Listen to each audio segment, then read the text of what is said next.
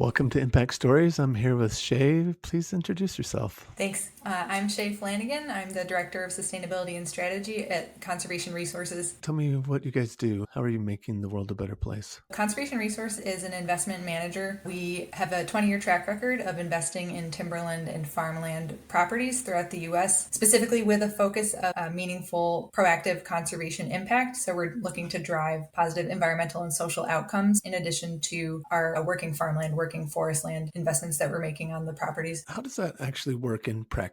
We physically buy properties. We buy a working farm, working forest land. For farmland, all of our properties are managed regeneratively and or organically, and we look to certify those practices to the most stringent third-party standards. And with those practice changes, that ultimately improves soil health. With these improvements, we're able to add a layer onto that where we can monetize the ecosystem services or environmental benefits coming from those practice changes, which can take the form of a variety of different conservation transactions, create this value-added conservation impact for both our agriculture as well as our forestry investments. The two core tenets of what we look to do is all underpinned by the themes of soil health and biodiversity in terms of how we look to make our management decisions and what that means for long-term resilience for our properties and also for the broader ecosystem as a whole. And so on our timber properties as well, we're looking to pull our learnings of doing these regenerative and organic management practices from agriculture and incorporate that on forestry. So we actually have recently become the first timberland manager to successfully achieve third-party certification for regenerative forestry management on our timberland properties. We've certified over 73% of our entire timberland portfolio currently, with more being in process of certification, with the certification entity called Regenified, which specifically focus on regenerative land management certification. And so for these timber properties, we look to make these regenerative practice changes as well. And that ends up playing out in ways where we're both being able to better adapt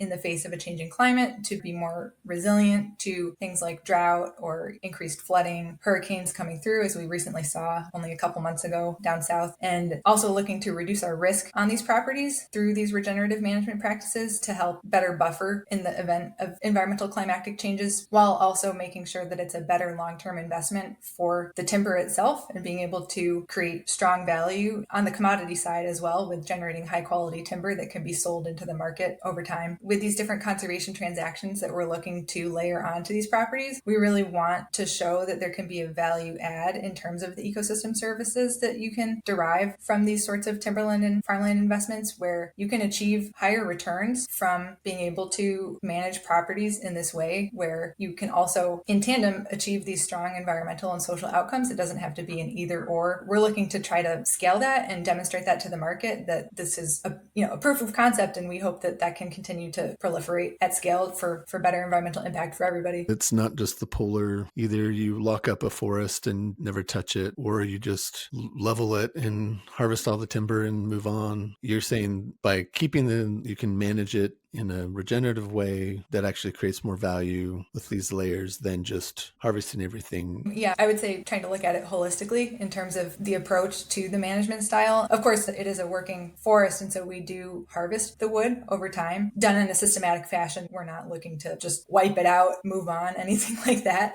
We're really thinking about the long-term sustainability of the management practices. And so we do see that taking that more mindful approach and more long-term resiliency standpoint is ultimately going to drive better outcomes, both financially as well as from an impact standpoint. You mentioned the soil health and biodiversity. Why do those things matter so much? Globally, when you look at the way that land has historically been managed, and thinking specifically about industrial agriculture, industrial commercial forestry, there's been some unintended consequences where the results of traditional management has led to environmental degradation. What it boils down to is that that's just not sustainable in the long run. If we want to be able to keep producing crops or producing wood that we can keep using from these lands over time and not run them into the ground where we no longer have productive working land to benefit from, we need to incorporate things that are keeping in mind soil health and biodiversity, because those are the core components of what makes land viable for the benefit of humans, and then also thinking about for the benefit of all the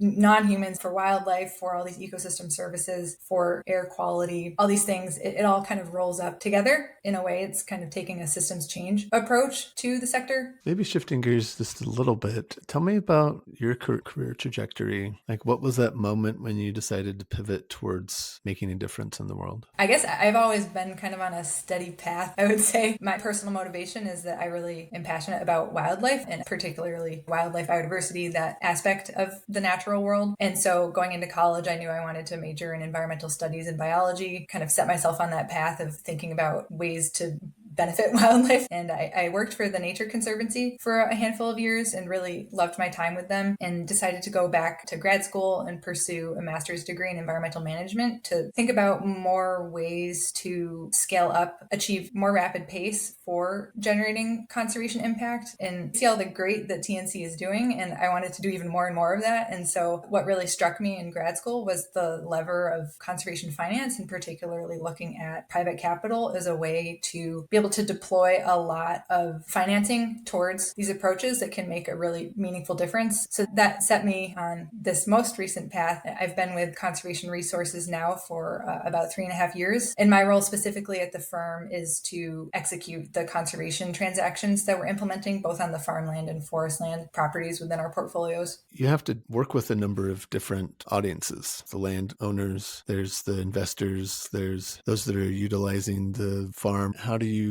navigate all those competing interests to create more value for everybody? We don't necessarily see it as competing interests per se. Our approach is that in order for this sort of large-scale transition to more regenerative, more resilient management practices across the sector to work and to be implemented at a scale that will be meaningful for climate impact, conservation impact. There's so many acres of potential. There's so much farmland, not only in the US, but globally. There's so much working forest land. And so for this to continue to scale, it has to be beneficial. And really what I mean is it needs to be profitable for everybody involved. And that's the only way that it's going to truly incentivize and motivate people to continue to make the practice changes that are needed to drive the environmental outcomes we're looking for. And so we have set up our investments in a way where we're proactively partnering. In cases where we have a tenant on a farm property, we're partnering with them in the way that we structure our lease to make sure that our incentives are aligned, we're cost sharing so that they don't have to put in any additional costs above and beyond what traditional farming would look like in order to make the transition to regenerative. And then over time, be able to see that benefit from the increased yields that you achieve from regenerative practice changes. And so we're looking to make sure that everybody in the supply chain,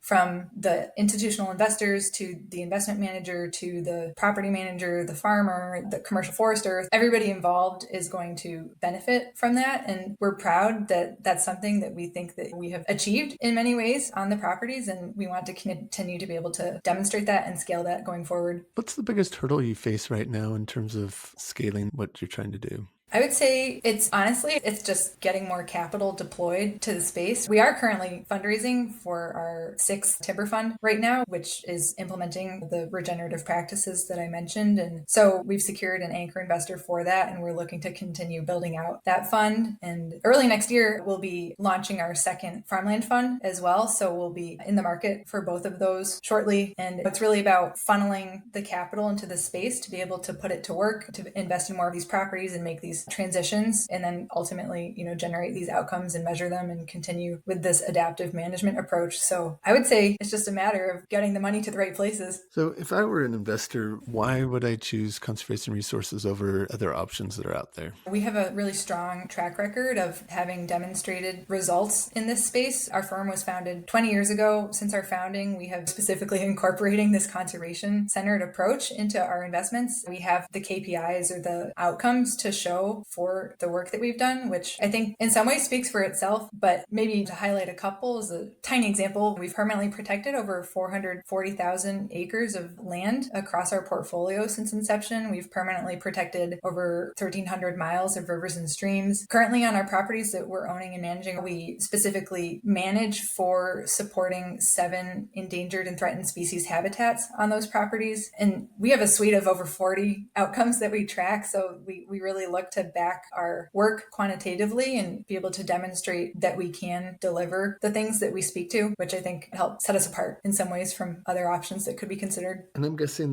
requires a bit of patient capital. Is that accurate or not necessarily? In some ways, our funds are longer duration. It's usually 10 plus years in terms of the investment duration. And so inherent in that is that it is patient in some ways. In terms of the ways that the conservation transactions are executed, sometimes that is patient capital in terms of if we're working with a conservation partner like a land trust or a state wildlife agency who's looking to buy a portion of our property outright, they need time to be able to fundraise to secure the funding necessary to complete that transaction. And so we work with them to set up the deal and have all the plans in place. And then when they get that fundraising, we're able to ultimately close on that deal, which could take some years in some instances, but in other instances, it can be a transaction like receiving payments for carbon removals and emissions reductions, payments for making the change to regenerative practices on a farm, and you can be paid soon after enrolling. On that front, as far as we know, we were the first U.S. farmland manager to achieve receiving payments for these emissions removals and reductions at scale on our properties earlier this year. And so the time can vary. What does an ideal investor look like for you guys? It really depends. Ideal is a tough word for me, I guess, but I would say, there's some investors who are really solely financially motivated.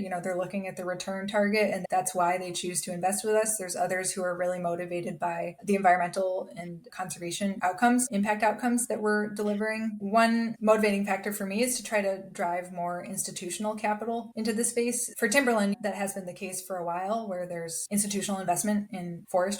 On agriculture, that's a little bit more emerging. And I think we're kind of at a threshold point right now where there is more meaningful interest from institutional investors stepping into that. And so I'm hoping that continues to keep shifting in that direction and be able to continue unlocking different pools that can help facilitate more of this at scale. If you think about the soapbox things or the common misconceptions that people tend to have about this topic specifically, plenty comes to mind. I think the one that stands out for me is when they're looking to be an impact investor or, just the field of impact investing, is that the capital necessarily has to be concessionary, or you might not be able to achieve a market rate return from your investment in order to, do good through your investment. I think there's ways where you can invest for impact while also achieving market rate, even above market rate returns from those investments. And you can do well while also doing good, I guess, is a silly sort of phrase to capture the essence of it. But it doesn't have to be an either or in order to generate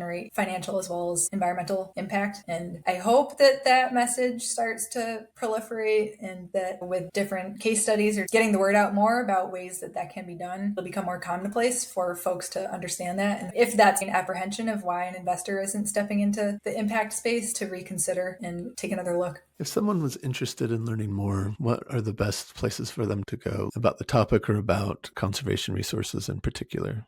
We have a website. That's probably the easiest. You can link to our website through our LinkedIn platform, but our website address is conservationresources.net. And we have contact forms. We have email addresses on there to get in touch with us. For the space as a whole, there's a whole wealth of resources. There's the Conservation Finance Network is one that I'm a big fan of and puts out a lot of great articles and platforms, various different approaches to this space and different ways to invest in the space. The Global Impact Investing Network is another platform that is able to showcase a lot of great work being done. And I'm personally always happy to dive more deeply into these sorts of topics. This is what I'm passionate about. So if anyone specifically would like to talk more with me about any of these subjects as well, I'm very open to that and very easy to access. Probably through the website is the best platform for that too. Any last words before I let you go? I really appreciate the opportunity to chat with you, and it's always great to see you, and look forward to trying to get more folks eyeballs on farmland and timberland and what can be done for impact on that front.